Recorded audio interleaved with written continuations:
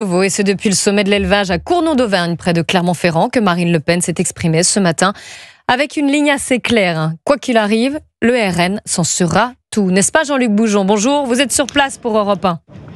Oui, c'est une mission qu'elle a exprimée dès son arrivée ici dans les allées du sommet qu'elle arpente depuis maintenant 1h30. Elle avance assez lent, il faut le dire, car beaucoup de visiteurs l'arrêtent pour parler avec elle ou faire un selfie.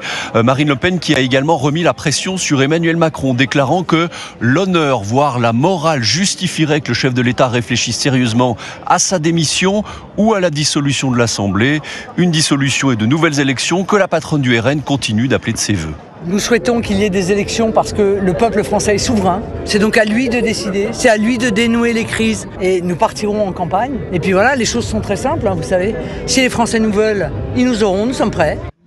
Marine Le Pen qui s'est aussi prononcée pour la suspension de la réforme des retraites, idée avancée ce matin par Elisabeth Borne. Je suis heureuse de cette suspension si elle intervient. Nous sommes pour l'abrogation de cette réforme. Je suis un peu étonné de la manière dont cette suspension est annoncée, ce qui veut dire qu'encore une fois, la fébrilité semble avoir saisi l'intégralité des membres de ce gouvernement.